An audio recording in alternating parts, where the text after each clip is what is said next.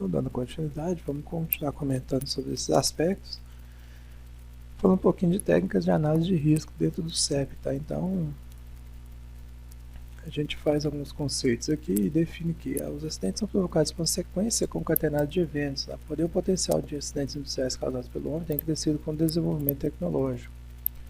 O manuseio de materiais perigosos, em quantidades acima de valor limite específico para cada tipo de substância, exige o estabelecimento de um programa de gerenciamento de riscos, a fim de garantir padrões mínimos de segurança. Ou seja, a gente tem que ter ali alguns requisitos a serem seguidos, tá? Algumas coisas que devem ser feitas, alguns trabalhos para serem feita a conscientização com o pessoal, tá? E fazer uma análise anterior ao risco, tá? Então, antes de prosseguir, é importante lembrar que, enquanto o perigo está associado com a fonte com potencial de fazer acidentes, o risco está associado à probabilidade e consequência. Então, tem que ser feita a conscientização quanto a essa análise preliminar aí de riscos, tá? Então, tudo isso aí é importante. Então, o que se comemora nesse dia, falando do dia 17 de outubro, todo mundo precisa de energia, mas pouco sabe o que fazer com ela. Então, é o dia do eletricista aí, né? Então, importante comentar, então, é o profissional aí que nos garante energia no nosso dia a dia. Gerenciamento de riscos é a formulação e execução de medidas e procedimentos técnicos e administrativos que têm o objetivo de analisar os riscos existentes no CEP e propor medidas de controle objetivando mantê-lo operando dentro dos requerimentos de segurança considerados toleráveis. Então você vê pela imagem ali, né? Uma situação bem complicada, obviamente, nem sei se é uma montagem ou se é real, mas enfim, é uma situação de risco ali iminente, né? Então tem que gerenciar. Para gerenciar risco é necessário, em primeiro lugar, uma mudança no conceito de segurança industrial, tanto no aspecto da prevenção como no aspecto da ação. A segurança no seu conceito inicial visa a prevenção como minimização de acidentes com lesão pessoal e perda de tempo. A ênfase nas taxas de acidentes que causam afastamento de trabalhadores era vista como metas em diversas empresas. Com isso, alguns acidentes com alto potencial de perda deixaram de ser estudados, pois não chegaram a causar acidentes pessoais com afastamento, ou seja, se preocuparam muito com o acidente mais grave e esqueceram dos pequenos acidentes, né, ou até dos incidentes mesmo. Então, não pode deixar passar nada. Até pela figura ali você vê a questão do risco que é, né? Tem que trabalhar até com os pequenos riscos aí. Então a questão do acidente zero aí, ó, a ilustração ao lado, nada muda se você não mudar. Então a conscientização quanto ao acidente zero.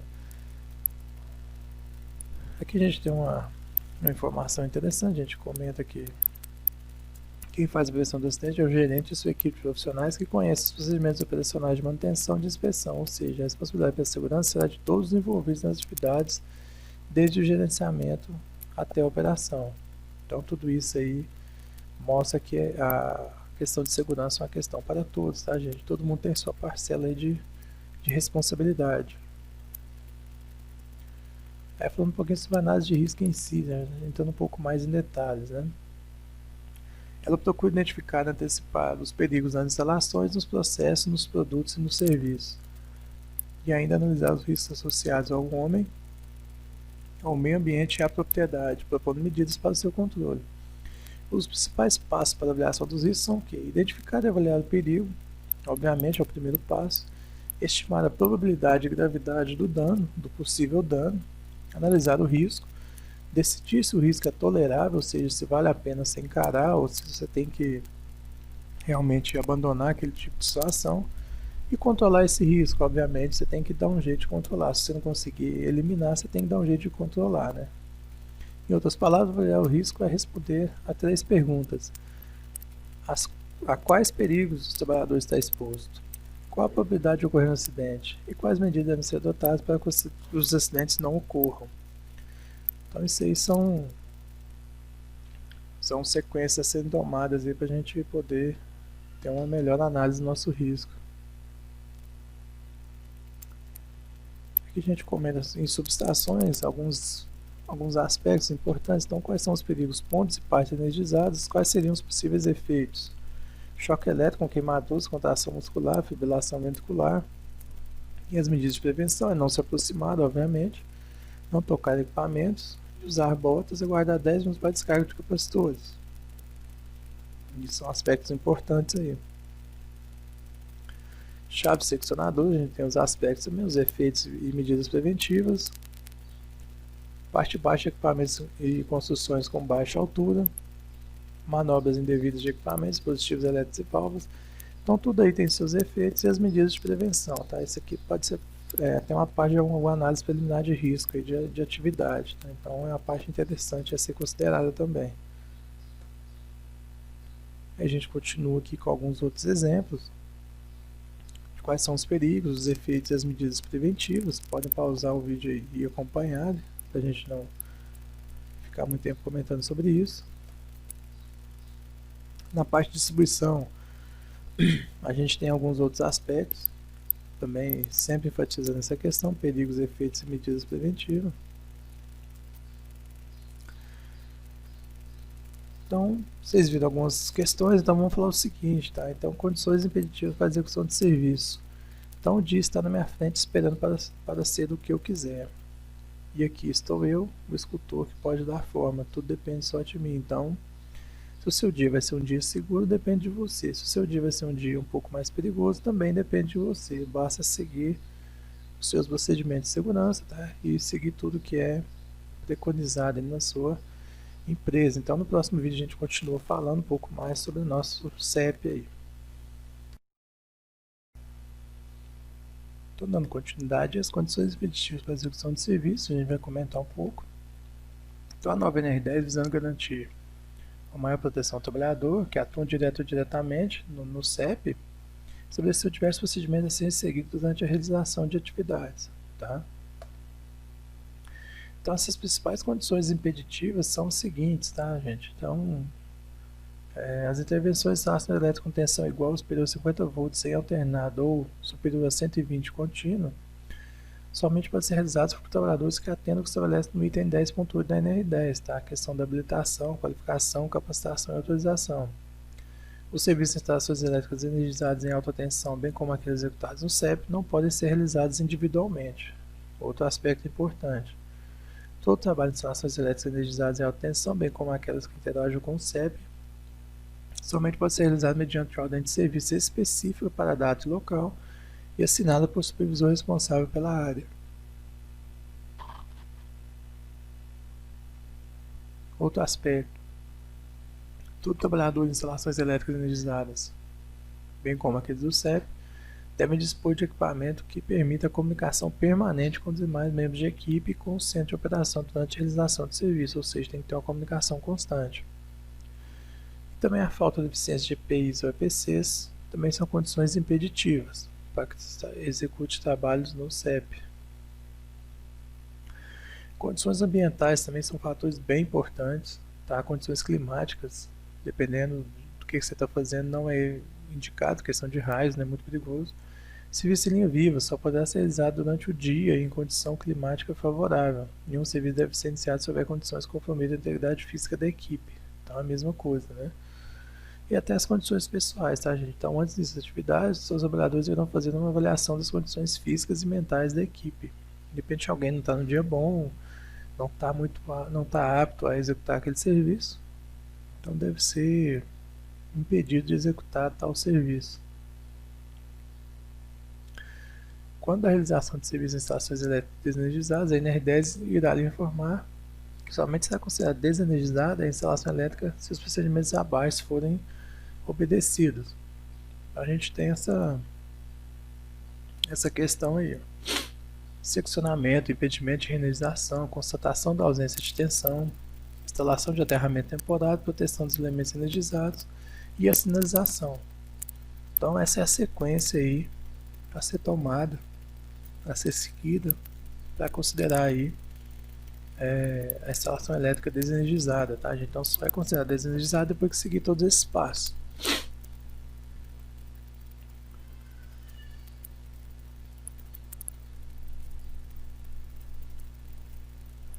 Quando houver necessidade de reenergização, essa deve ser autorizada a partir dos seguintes passos. Aí você faz o contrário, né? Mais ou menos. Você tira algumas coisas ali, mas você retira as ferramentas, os utensílios e equipamentos, retira da zona controlada todos os trabalhadores que não estão envolvidos, remove o aterramento temporário, remove sinalização e destrava o dispositivo se for utilizado algum método de travamento. Então tudo isso é importante, tá, gente, para considerar que a instalação foi novamente energizada. Então tudo isso tem que levar sempre em consideração. Os trabalhos envolvendo alta tensão, a realização de serviços em que os trabalhadores que tiveram instalações energizadas com alta tensão acima de 1000 volts deverão exercer suas atividades dentro dos limites estabelecidos como zonas controladas e de risco, a gente já mostrou anteriormente. Antes de iniciar os trabalhos em zonas circuitos energizados em alta tensão, o supervisor imediato e a equipe que são responsáveis pela execução do serviço devem realizar uma avaliação prévia. Também deve fazer um estudo, planejamento de atividades, dependendo das condições, então tudo isso tem que ser avaliado pela chefia aí também, tá? O serviço de instalações elétricas energizadas em alta tensão somente pode ser realizado quando houver procedimentos específicos, tá? Então, e obviamente assinado por profissional autorizado. A intervenção também, dentro dos limites da zona de risco, somente podem ser executados mediante a desativação, também conhecido como bloqueio, dos conjuntos de dispositivos de religamento automático, ou seja, se tiver algum dispositivo que religa automaticamente, deve ser bloqueado aí.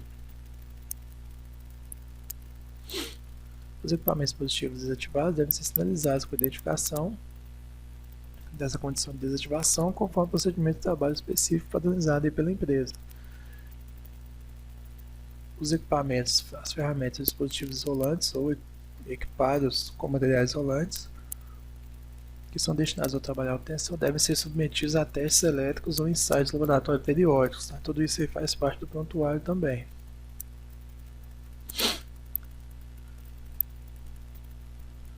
Falar um pouquinho também sobre proteção contra incêndio e explosão. As áreas onde houver instalações ou equipamentos elétricos devem ser dotados de proteção contra incêndio e explosão.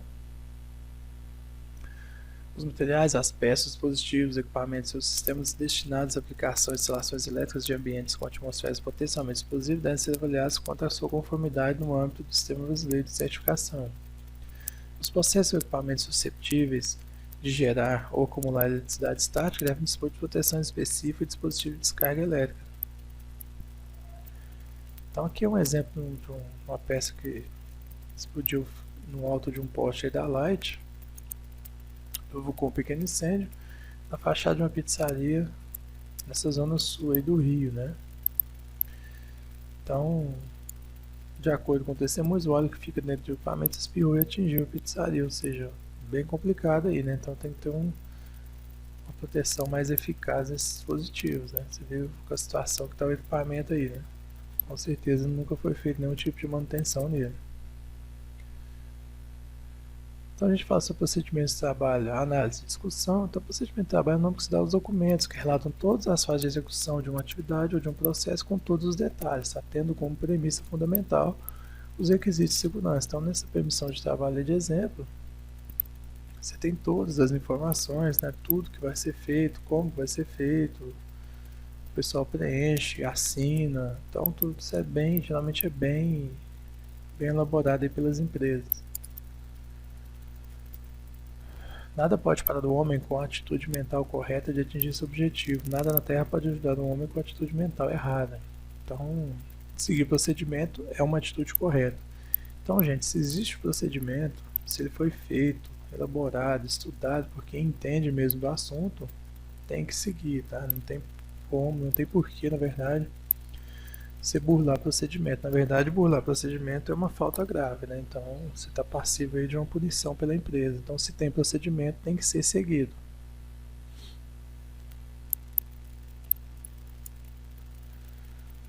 O grande problema encontrado no dia a dia de muitos profissionais é a falta de tempo para preparar o serviço, tá? Então, o planejamento seria tudo aí, né? Você já deve ter vivenciado esse momento. Muitas vezes é dito que não há tempo para planejar o serviço de forma adequada. Em particular, no tempo gasto para análise e prevenção de acidentes por conta dos riscos envolvidos, porém sempre é necessário encontrar tempo para socorrer vítimas e reparar equipamentos em função dessa negligência, ou seja, a gente gasta muito mais tempo corrigindo problemas do que efetivamente planejando, né? Deveria ser muito o contrário. Então a fase do planejamento é fundamental para o sucesso do propósito do serviço ser realizado, isso tanto na questão de qualidade quanto de segurança também, né, gente? Então a análise de risco deve ser elaborada para garantir a avaliação do trabalho a ser realizado incluindo o modo de execução a ser adotado, os recursos humanos e materiais necessários, assim como os critérios e limites de riscos admitidos para essa realização. Então, sobre planejamento de serviço. Planejamento de serviço é a etapa que antecipa e não deve ser confundido com a aplicação de um procedimento de trabalho, ou seja, planejamento é a etapa inicial, primordial. O planejamento recorre a situações não repetitivas, enquanto que o procedimento se aplica ao processo de trabalho rotineiro e repetitivo. O planejamento está ligado à experiência, à iniciativa, ao conhecimento técnico e à análise de situação, assim como o procedimento está ligado à aplicação da disciplina, da ordem e da constante preocupação de melhora. Aqui a gente fala sobre o sistema de gestão de segurança, algumas características. No gerenciamento dos projetos, pode-se considerar qualquer intervenção em sistemas elétricos, energizados ou não, como fase posterior a um projeto de execução. Então a gente fala um pouquinho sobre a questão dos projetos, como que deve ser feito, quais são as características mais importantes. No gerenciamento de processo também a gente tem algumas definições aqui bem interessantes, vocês podem observar aí. Então, são coisas assim que bem relevantes para o dia a dia, como questão de processos mesmo, qual que é a função de cada um, a parte de serviços, tá? Então, tudo isso é contemplado aqui.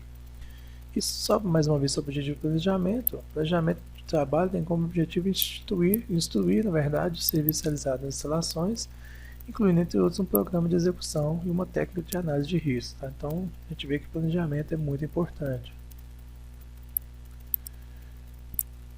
Dentro do programa executivo, a gente tem a descrição do trabalho, os recursos humanos a serem aplicados, tá? Os recursos materiais também serão utilizados, então tudo isso faz parte aí.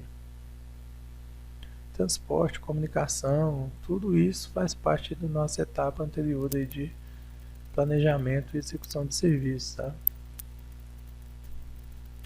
Então, para encerrar esse módulo 1, a gente deixa essas mensagens aí. Você é mais importante do que imagina.